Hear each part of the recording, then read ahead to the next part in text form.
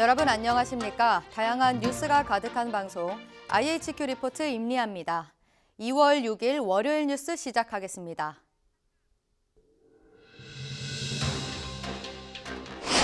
국민의힘 당대표 후보인 안철수 의원이 오늘 예정됐던 공개 일정을 취소했습니다.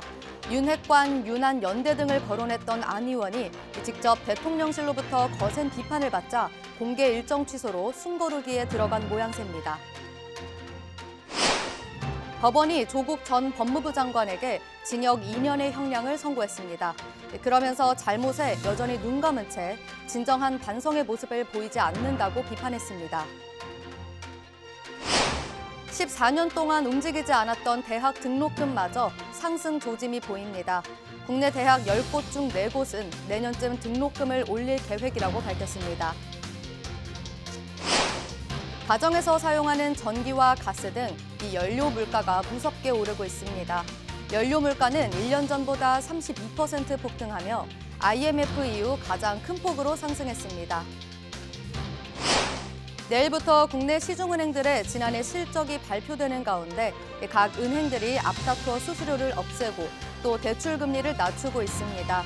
주택담보대출금리도 연 6.89% 수준까지 내려왔습니다.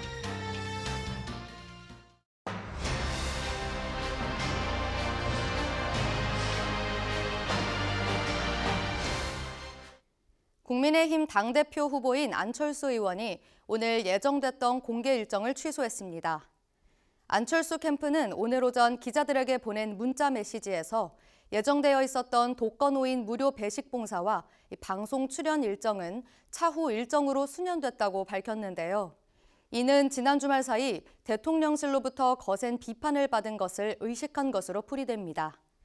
안 의원은 지난 3일 윤핵관을 거론하며 장제원 의원을 윤핵관의 지휘자라고 저격했는데요.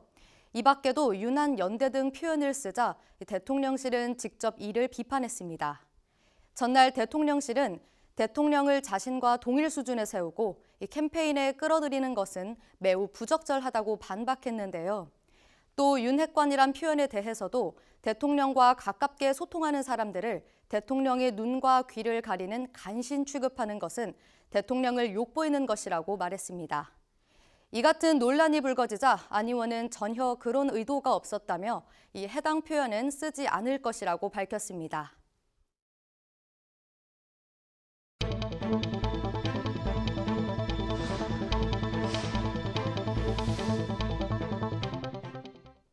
법원이 조국 전 법무부 장관에게 징역 2년의 형량을 선고했습니다. 그러면서 잘못에 여전히 눈 감은 채 진정한 반성의 모습을 보이지 않는다고 비판했는데요. 서울중앙지법은 조 전 장관의 판결문에서 양형 이유에 대해 입시 비리 범행은 저명한 대학 교수로서 사회적 영향력이 컸던 조 전 장관이 사회의 기대와 책무를 저버리고 오로지 자녀 입시에 유리한 결과만 얻어낼 수 있다면 어떤 편법도 문제될 것이 없다는 이 그릇된 인식에서 비롯됐다고 꼬집었습니다. 재판부는 유죄 부분을 크게 자녀 입시 비리와 딸 조민 씨 장학금 명목의 600만 원 수수, 유재수 전 부산시 경제부시장에 대한 감찰 무마 등 세 가지로 나눠 각각의 양형 이유를 살폈는데요. 다만 재판부는 과거 국가보안법 위반죄로 한 차례 처벌받은 것 외에 다른 전력이 없고 또 자녀들 입시 비리는 부인이 주도한 범행에 일부 가담한 것으로 보이는 점 등을 참작했다고 덧붙였습니다. 물가가 너도 나도 오르고 있는 가운데 14년 동안 움직이지 않았던 대학 등록금마저 상승 조짐이 보입니다. 국내 대학 10곳 중 4곳은 내년쯤 등록금을 올릴 계획이 있는 것으로 집계됐는데요. 교육부 기자단이 전국 4년제 대학 총장 148명을 대상으로 한 설문조사에 따르면 응답자의 39%가 내년쯤 인상 계획이 있다고 답했습니다. 또 10%는 올해 안에 인상한다고 밝혔는데요. 지역별로는 비수도권 대학 41%, 설립 유형별로는 사립대학 47%가 내년 등록금 인상을 검토한다고 답했습니다. 교육부는 등록금 인상은 학생들의 어려움을 감안해서 종합적으로 판단해야 한다는 원론적인 입장만 내놨습니다.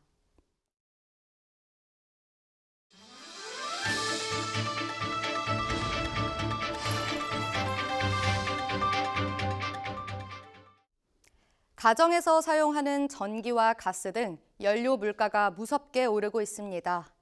지난달에는 외환위기 이후 가장 큰 폭으로 상승했는데요. 통계청에 따르면 지난달 연료 물가 지수는 135.75로 집계됐습니다. 1년 전보다 32% 가까이 오른 건데요. 도시가스는 36%, 지역 난방은 34%가 올랐고 대표적인 서민 연료인 등유 가격도 1년 전보다 37% 넘게 상승했습니다. 특히 전기요금은 29.5%가 올랐는데 이는 42년 만에 가장 큰 상승폭입니다. 전기요금과 가스요금 등이 더 오를 것으로 예고된 만큼 서민들의 체감 물가 부담은 더 커질 전망입니다. 내일부터 국내 시중은행들의 지난해 실적이 줄줄이 발표됩니다. 이런 가운데 각 은행들이 앞다퉈 수수료를 없애고 또 대출 금리를 낮추고 있는데요. 신한은행은 오는 10일부터 만 60세 이상 고객을 대상으로 창구 송금 수수료를 전액 면제한다고 밝혔습니다. 신한은행을 시작으로 KB국민은행과 우리은행, 또 하나은행도 모바일 인터넷 뱅킹 이체 수수료를 없앴는데요. 4대 시중은행의 주택담보대출 변동금리도 최고 연 6.89% 수준까지 내려왔습니다. 한 달 전이랑 비교해보면 1.22%포인트나 떨어진 겁니다. 은행들은 이런 조치에 대해 취약계층의 부담을 완화하기 위한 차원이라고 설명했는데요. 이자 장사로 역대급 실적을 낸 은행권에 대한 비판 여론과 또 정치권의 압박도 영향을 미친 것으로 풀이됩니다.